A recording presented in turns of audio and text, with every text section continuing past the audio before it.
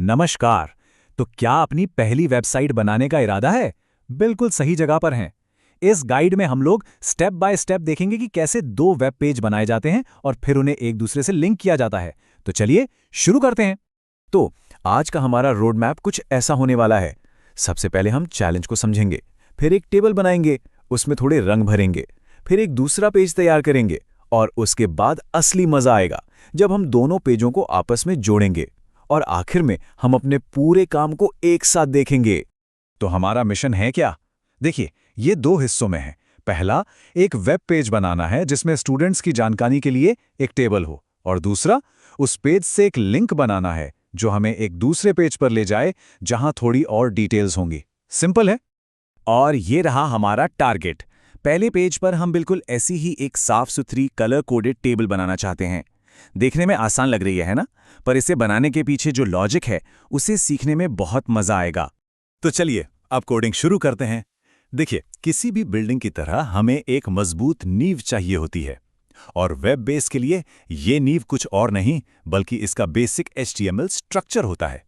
हर HTML page की शुरुआत इसी बेसिक कोड से होती है। इसे बॉयलर प्लेट भी कहते हैं। इसको ऐसे समझिए कि ये एक कंकाल है जो हमारे पेज के सारे कंटेंट को अपनी जगह पर रखता है, डॉक टाइप से लेकर बॉडी तक।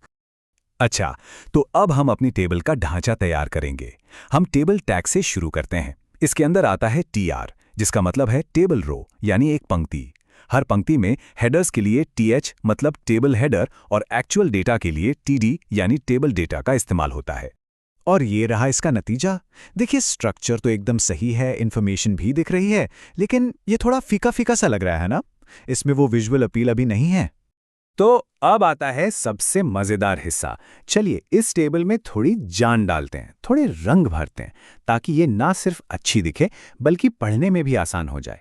इसके लिए हम BG कलर एट्रीब्यूट का इस्तेमाल करेंगे। ये किसी भी टैग में बैकग्राउंड कलर डालने का एक बहुत ही सीधा तरीका है। हाँ, एक बात ध्यान रखने वाली है कि आजकल स्टाइलिंग के लिए ज्यादातर CSS यूज होता है, पर जब हम सीख रहे हों तो शुरुआत के लिए ये एक बेहतरीन और आसान टूल है। अब इस स्लाइड में सबसे दिलचस्प बात है ये सीधा कंपैरिजन। देखिए, सिर्फ TR टैग के अंदर BG कलर और एक कलर कोड डालने से बूम, पूरी की पूरी लाइन का रंग बदल गया। कितना आसान था ये। और ये रहा हमारा अपडेटेड कोड। हमने पहली TRO मतलब हेडर वाली लाइन को एक रंग दे दिया है और दूसरी TRO मतलब डेटा वाली लाइन को दूसरा। और ये देखिए क्या बात है, अब हमारी टेबल बिल्कुल वैसी ही लग रही है जैसा हमने शुरू में सोचा था। अलग अलग रंगों से अब जानकारी को पढ़ना और समझना कितना आसान हो गया है। हमारा पहला पेज तैयार है। शानदार। अब हम फटाफट अपना दूसरा पेज बनाएंगे जिसमें कुछ और डिटेल्स होंगी। ये वाला काफी सिंपल होने वाला है। ये पेज तो बहुत ही सरल है। इसमें टेक्स्ट को फॉर्मेट करने के लिए कुछ बेसिक टैग्स यूज किए गए हैं। B से टेक्स्ट बोल्ड हो जाता है, I से इटैलिक और U से अंडरलाइन, और BR टैग अगली लाइन में जाने के लिए है। और ये है हमारे दूसरे पेज का आउटपुट, एकदम साफ और फॉर्मेटेड। ठीक है, तो अब हमारे पास दो अलग अलग पेज तैयार हैं। अब बस इन्हें आपस में कनेक्ट करना बाकी है। तो सबसे जरूरी सवाल, इन दो अलग अलग फाइलों को एक साथ कैसे काम करवाया जाए? यहीं पर वेब का असली जादू शुरू होता है, और इसका नाम है एंकर टैग। एंकर टैग यानी A टैग, यही वो चाबी है जो पूरे इंटरनेट को आपस में जोड़ती है।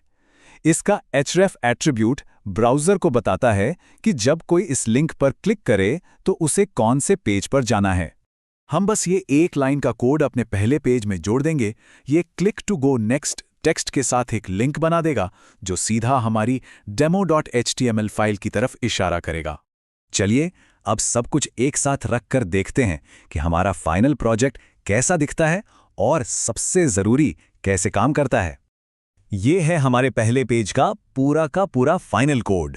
यहाँ सब कुछ एक साथ देखा जा सकता है। बेसिक स्ट्रक्चर, हमारी स्टाइल की हुई टेबल और सबसे नीचे वो एंकर टैग जो इसे दूसरे पेज से जोड़ रहा है। और ये रहा हमारे दूसरे सिंपल से पेज का कोड। यही वो डेस्टिनेशन है जहां हमारा लिंक हमें लेकर जाता है। तो लीजिए, हमने एक प्रॉब्लम से शुरुआत की और एक काम करने वाली दो पेज की मिनी वेबसाइट बना डाली। अब वेब डेवलपमेंट की बुनियादी स्किल्स आ गई हैं। इन स्किल्स के साथ आगे क्या बनाना चाहेंगे, इसकी संभावनाएं तो अनंत हैं।